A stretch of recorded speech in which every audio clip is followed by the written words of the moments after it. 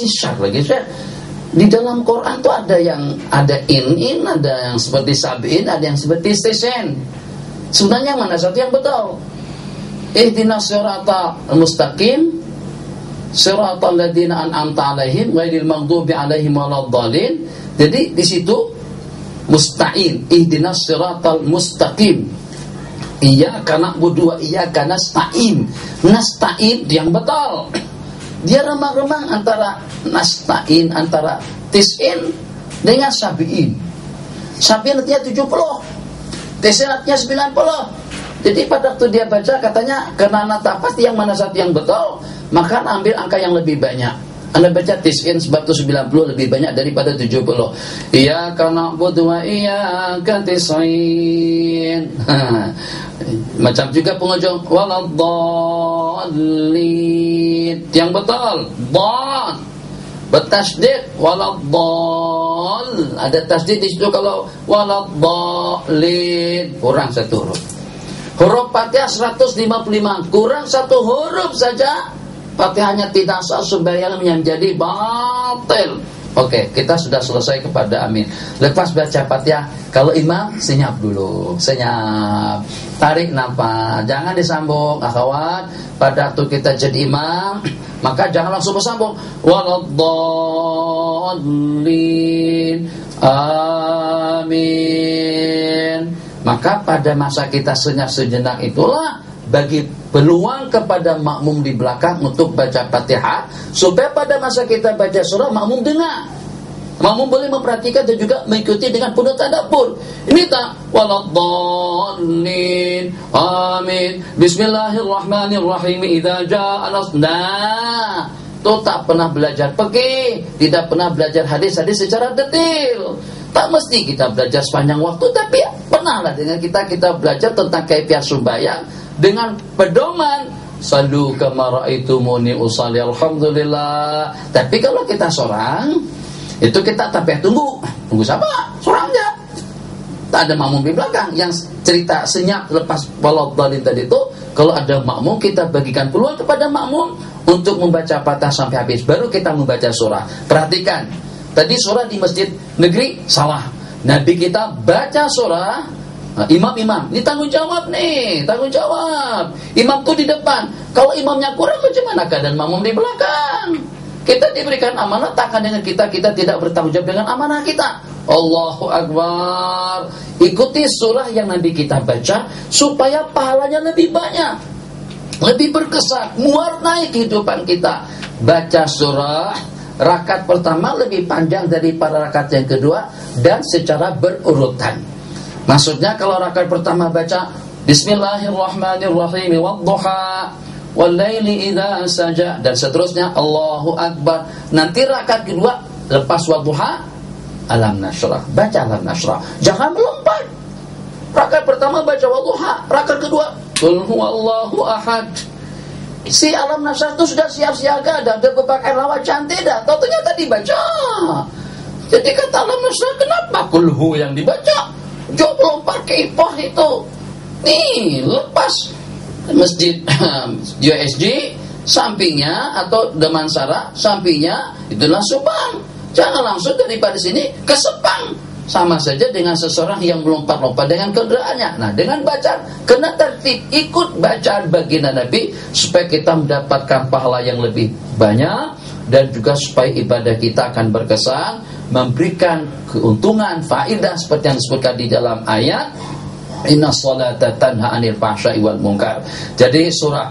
Kemudian yang kedua, yang kadang-kadang tidak terperhatikan juga dengan imam. Oh, hafiz, suara cantik, baca ayat-ayat pilihan daripada Al-Quran. Jadi seperti tadi itu baca surah Luqman, wa idh qala Luqmanu libnihi ya bunayya, dan seterusnya. Baca kulhu yang pendek itu lebih afdal daripada membaca 10, 20, 30 daripada surah Luqman, atau membaca 100 ayat daripada surah Baqarah, atau juga membaca 100 ayat daripada soal Imran. Yang baca Qul ya ayyuhal kafirun itu lebih afdal. Kenapa? Karena lengkap.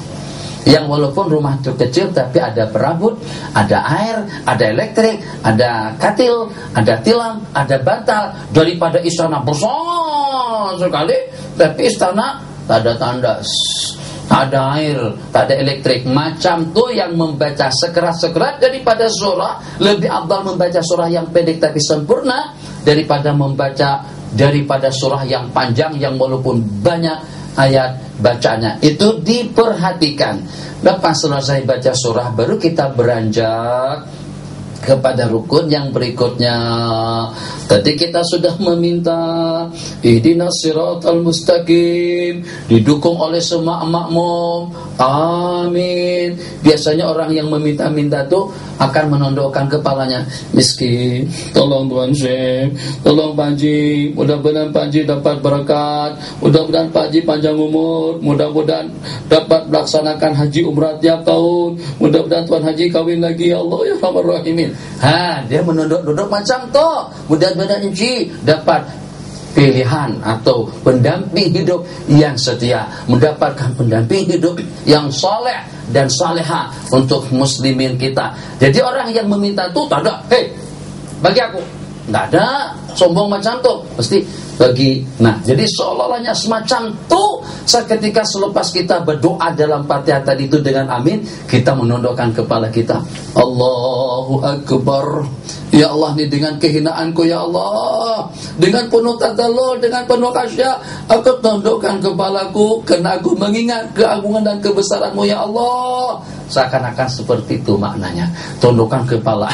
Tapi sepertinya kita juga berkata kembali, ya Allah, selama mana, semampu apa, sekuat apa aku menundukkan kepalaku begini, tunduk. Subhana rabbiyal azim, subhana rabbiyal azim. Maha suci Allah yang maha besar, maha suci Allah yang maha besar. Seolah-olahnya dengan kita mendengar panggilan daripada Allah, angkat kepalamu, angkat, bangkit. Karena kita tadi sudah memohon dengan menundukkan kepala. Seolah-olahnya pada saat itu kita mendengar Allah kata, dah ku kabulkan, dah ku perkenankan. Makanya bacaan pada masa i'tidal itu tidak lagi Allahu Akbar, bacanya Sami Allahu liman hamidah. Allah telah mendengar orang yang menyanjung dan yang memuji Allah Jalla wa Ala. Kita masih ada waktu lagi 5 menit. Jadi sanjungan dan pujian tadi itu permulaan kita pada waktu kita membaca alhamdulillah. Doa kita mohon selepas kita menyanjung dan memuji. Kemudian kita aminkan, kabulkan. Amin. Artinya kabulkanlah ya Allah. Seakan-akan Allah kata, dah ku kabulkan permintaanmu. Maka itulah bacaan Sami'a. Allah telah perkenankan, Allah telah dengarkan pujian dan sanjungan orang yang memuji. Lepas itu apa jawabannya? Lepas kita ucapkan Sami Allahu liman hamidah, apa jawabannya? Rabbana walakal hamd. Allah, cantiknya. Jadi selepas kita mendengar jawaban daripada Allah, telah kami perkenankan, Allah telah dengar, Allah telah perkenankan doa, sanjungan dan pujianmu, maka kita dengan rasa syukur, terasa seronok sekali. Maka dengan ucapan yang kita ucapkan pada masa kita i'tidal, Rabbana walakal hamd, wahai Tuhan kami, hanya untuk Kamulah segala sanjungan dan puji-pujian. Kenapa kita memuji Allah pada masa kita ber'i'tidal? Sebab sepertinya doa kita, munajat kita, amin kita telah dikabulkan oleh Allah Jalla wa'ala. Kembali kepada rukuk. Jadi tadi posisi kita angkat tangan itu ada pada 4 tempat. Diingatkan, nanti dikongsikan, dan kita pelawal, kita himbau kepada semua sahabat-sahabat kita mengikuti rekaman atau juga dengan tayangan yang akan ditayangkan oleh TV Hijrah nanti, dan juga dengan ulangannya, untuk membetulkan sembahyang kita yang berpanduan kepada hadis sallu kama ra'aitumuni usalli. Takbiratul ihram yang pertama, Allah. Tadi ada yang tidak hadir, tangan direnggangkan dan dilengkungkan menghadap ke arah kiblat. Allahu Akbar. Itu yang pertama pada waktu kita takbiratul ihram. Yang kedua pada masa kita akan rukuk, Allahu Akbar. Nah, Allahu Akbar yang kedua dengan mengangkat tangan. Nih jari tangan pada saat kita rukuk jangan dibuka. Jangan dirapatkan, direnggangkan seperti pada waktu kita takbir. Kita pegang lutut kita dengan jari tangan yang terbuka secara sedang. Lebih tidak, terapatkan pun juga tidak. Dengan membaca Subhana Rabbiyal A'la 3 kali dengan menghadap ke tempat sujud. Kemudian pergerakan tangan tadi itu beriringan dengan takbir Allahu Akbar, rukuk. Kemudian Sami Allahnya Sami Allahu. Nah yang ketiga Sami Allahu liman hamidah Rabbana walakal hamd. Maka pada masa dengan kita beriktidal, hati-hati berdiri, jangan sampai tangan kita ayun.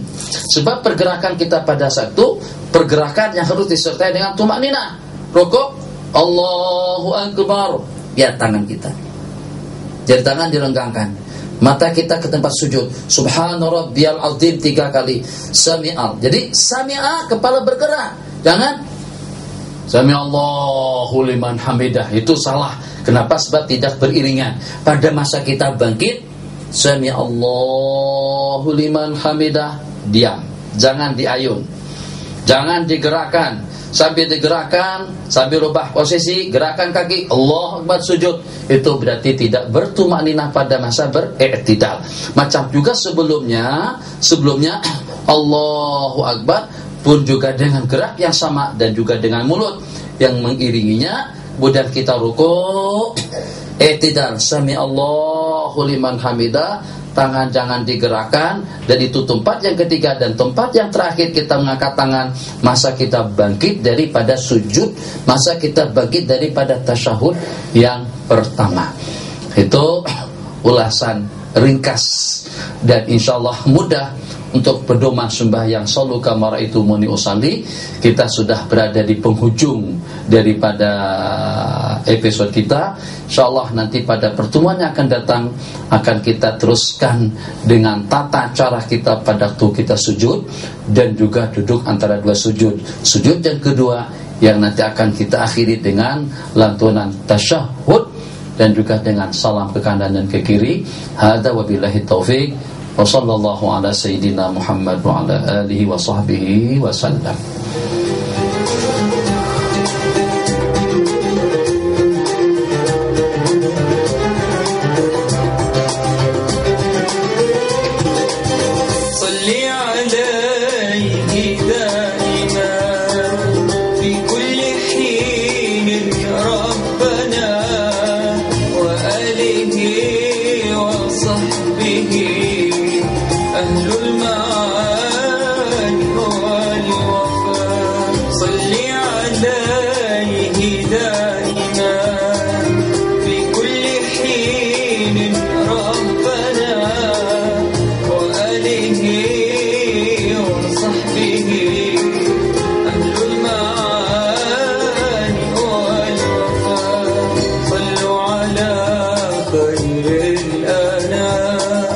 المصطفى بدر